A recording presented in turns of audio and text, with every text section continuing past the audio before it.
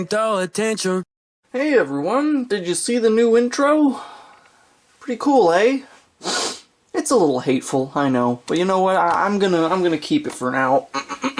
We're doing some new actual editing here on the channel on Gay Boy Lego. I had some editing back in the old Frank Bricks days before I got banned, that is. Some editing back in the day, and I was honestly much too depressed about losing Frank Bricks to put really any effort into this channel for quite a while. But you know what? I've decided to put in some little editing fun, even if it does seem a little bitter, a little resentful. Whatever. So today we're going to be doing a review of the Jedi Starfighter with Hyperdrive. Now, this is a set that I got a while ago and reviewed a while ago. I reviewed it on Gay Boy Lego. Gay Boy Lego, Frank Bricks. I reviewed it on Frank Bricks. And the reason I'm re-reviewing it is because when I reviewed it on Frank Bricks, I was just so fucking high. I was like in the clouds, and that review was just unintelligible, oversharing nonsense. So I've decided that the time has finally come for one of my proper intellectual reviews, because you know just how much of an insight that I have into these infernal sets. I've got such a wisdom about me. My words is so incredibly articulate. My thoughts. I truly characterize the majority of the Lego-enjoying population. So yeah. Starfighter with the booster ring. It originally retailed for $110. $130. Fuck me. God damn. Brutal. Yeah, 130 goddamn dollars for how many pieces on this thing? 825. Well, I guess when you look at like the United States price per piece, it's not that bad, but still, that's not very good. Doesn't mean that the set isn't bad though, so first off, we'll get right into the minifigures.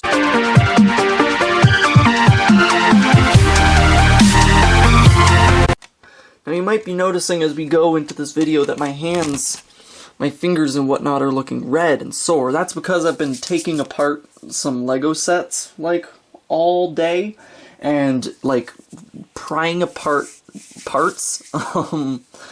It's really like worn down my fingers, and they're really raw and they hurt a lot. Anyways, R4 P17, cute little droid. Not really too much wrong with him outside of the fact that he doesn't. I don't think that this droid has an actual body outside of Obi-Wan's ships. I think it's just one of those droids that's like built into a ship. What a cruel fate that would be.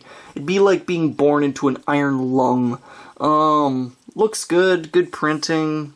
Definitely looks like the thing, head-wise, from the movie. And you know what? Honestly, I kind of prefer having a full minifigure of it rather than just having the dome, so I'm content with that. Then we got Obi-Wan.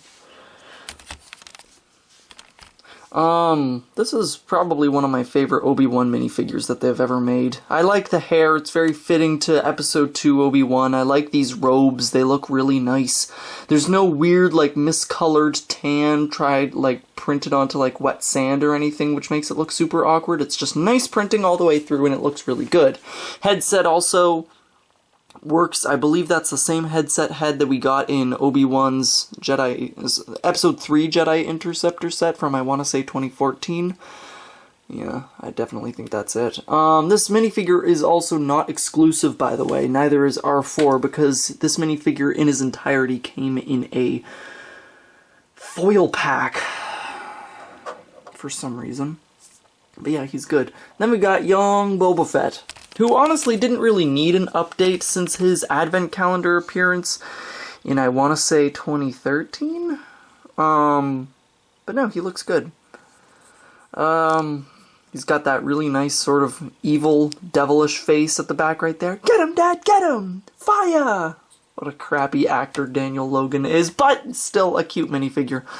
That one with the sneer doesn't look great to me, but the torso and whatnot is definitely all very appropriate. Gonna give him that face, because that's a good face. And then, updated, most recent Jango Fett. Again, another minifigure that didn't really need an update, because as you can see, for the most part, this minifigure is almost completely and totally indistinguishable from the 2013 version. However, he is different in some ways that I couldn't tell you. I think the belt has more pockets here. I think the silver is slightly different. I think there's more blue on this one's cheeks, but, you know. The most obvious difference is, of course, that face, which is really, really cool. Love that sort of angry look with the scars and whatnot. I think it's about time that they start giving Jango Fett maybe a darker skin tone. Temuera Morrison, who I think is like Hawaiian or Samoan, or maybe... No, is he? I think he's from New Zealand. Regardless, it's all the same place anyway.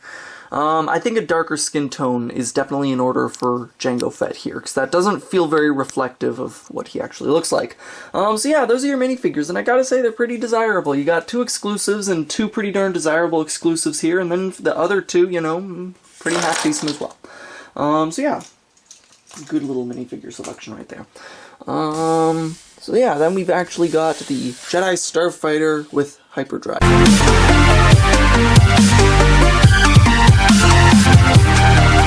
First, we're going to be looking at the actual Starfighter right here.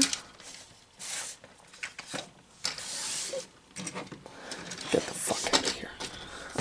As you can see, it's pretty nice, and it's also quite long.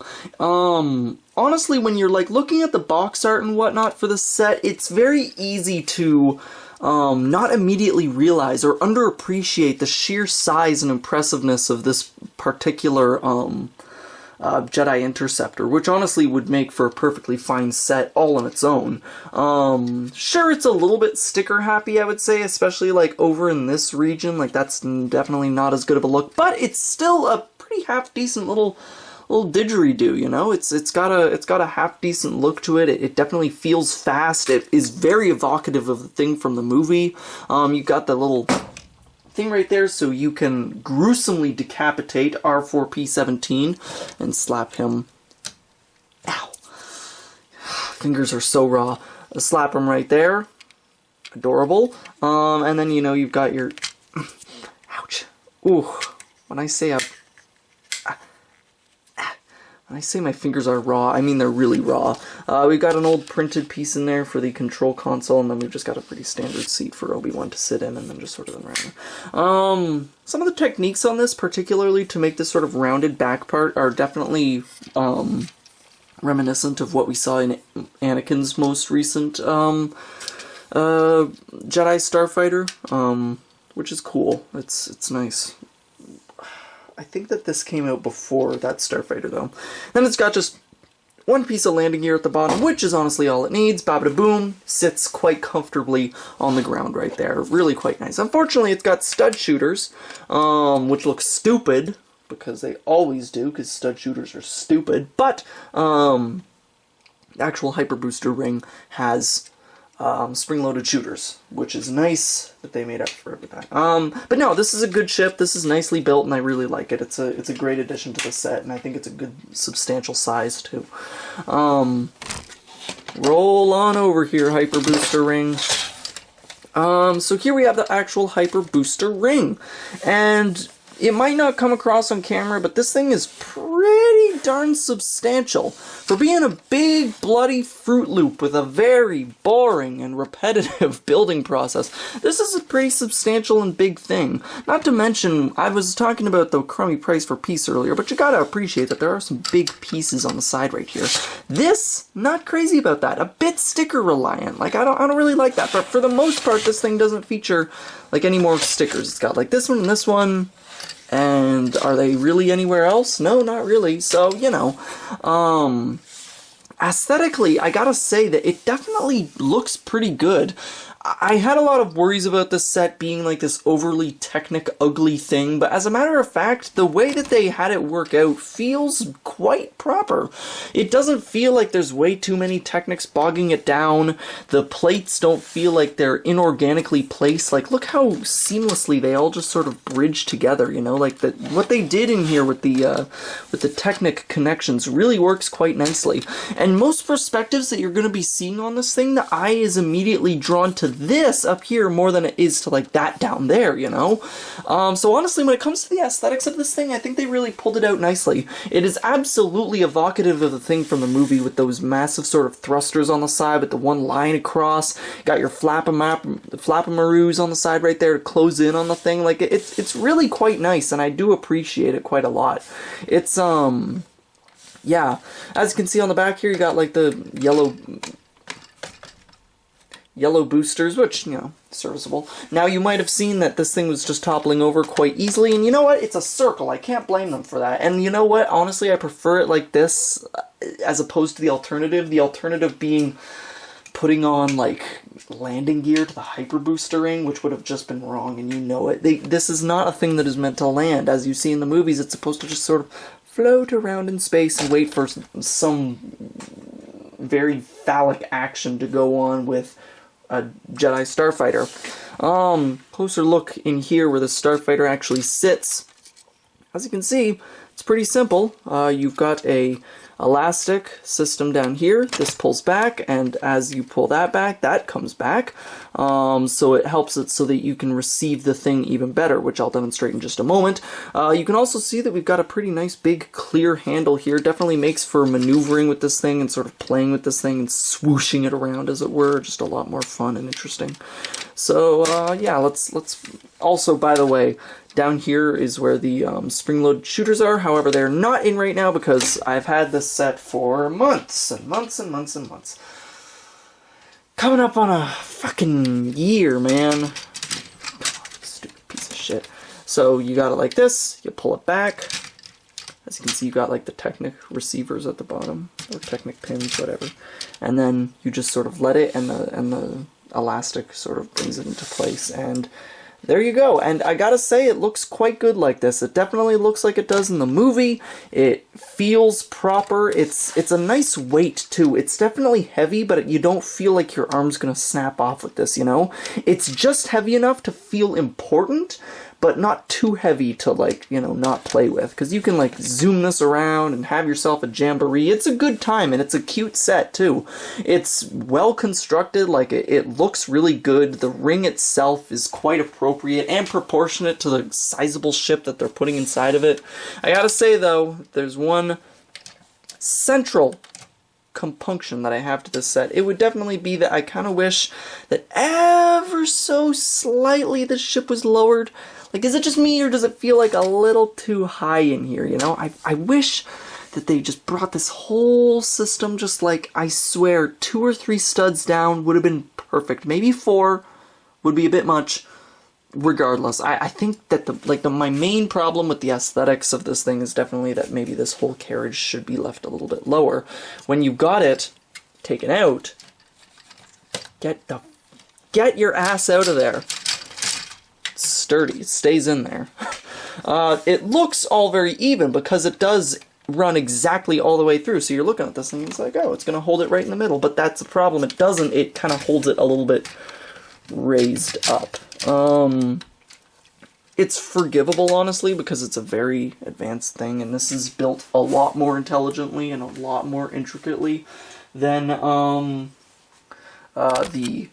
what was it, 2007 Hyper Booster ring? Yeah, this is definitely a step up from that.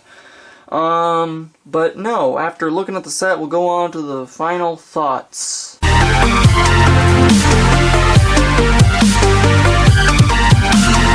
So when I'm in the editing bay slapping this whole thing together, I know when to put like the transition things, so now I have to be like every other stupid LEGO YouTuber out there and awkwardly be like, and now it's time for my final thoughts, like moving on to something like an autistic person, like, oh, fuck. I hate doing that, but it's something we gotta do. Something we gotta do. Speaking about being high out of our minds, I was so gone last night. I was hanging out with Rob, and oh my lord, 2 of those like cookies, 2 of those weed cookies, like sent me to the goddamn moon. I'm still feeling. I don't know if you can tell, but I'm still feeling just a little woozed, you know, a little woo, you know. Had a party, had some fun, but no, you know what? I reviewed this set a few months ago in a completely inebriated stupor. And I enjoyed it then, and even while mostly sober, I still enjoy it. It is a good set. It looks great. Its price is the main problem. Fortunately, I found it on a pretty good sale, but the price... it's kind of hard to stomach. It's kind of hard when you're looking at all this. $130 is definitely difficult for this because you've got your booster and your ship, but it can only be piloted by one person. I might be able to accept the price a little better if maybe we got another minifigure, maybe a Kaminoan would be nice. And this is not me saying that price...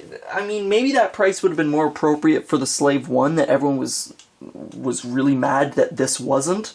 Personally, I think that this was the better route to go with. We've gotten a lot more Slave 1s recently, and we haven't gotten a Hyper Booster ring in a bunch of years. So you know what? I was perfectly happy seeing this. Strangely enough, unlike a bunch of other LEGO fans, I don't have this huge heart-on to see another Jango Fett's Slave 1. I don't know. I don't really feel like that's something that we need, and I don't know. All the other Slave 1s do it fine, and it would honestly just be a recolor of something else that we had gotten a bunch of times already. So really, I don't know. It's not something that I'm as enthused about. I think that this is definitely the more interesting choice for them to have gone with. I think that this definitely was something that was a little bit more outside of the box, something that was not as common to get in LEGO, and something that ultimately turned out to be quite interesting, even though a lot of people didn't like it. And while I really am having some difficulties with the prices, I can still appreciate that the set is quite good. It functions in all the ways it ought to function. It looks all the ways that it ought to look. The minifigures are mostly good and mostly pretty serviceable. Another one would have been nice for a price, for such an incredible price, but you know what? Ultimately, I say about this set that I am quite content. I'm contented with this set, and I think that it's alright. And yeah, of course there's problems. That needs to be in the middle a little bit more, and it needs to just be a little bit cheaper, but who even cares? It's not even on the shelves anymore. Who gives a shit? And it's not, like, old enough to be nostalgic yet. So I'm reviewing this at the worst time. But whatever, that's really all I've got to say about the Jedi Starfighter and Hyper Booster ring. This was mostly just a test for the brand new stinking bloody theme song / scene transition format. I hope you liked it, and I hope you didn't find it too hateful. But you know what? I don't really have fans to lose, so... Anyways, see you later.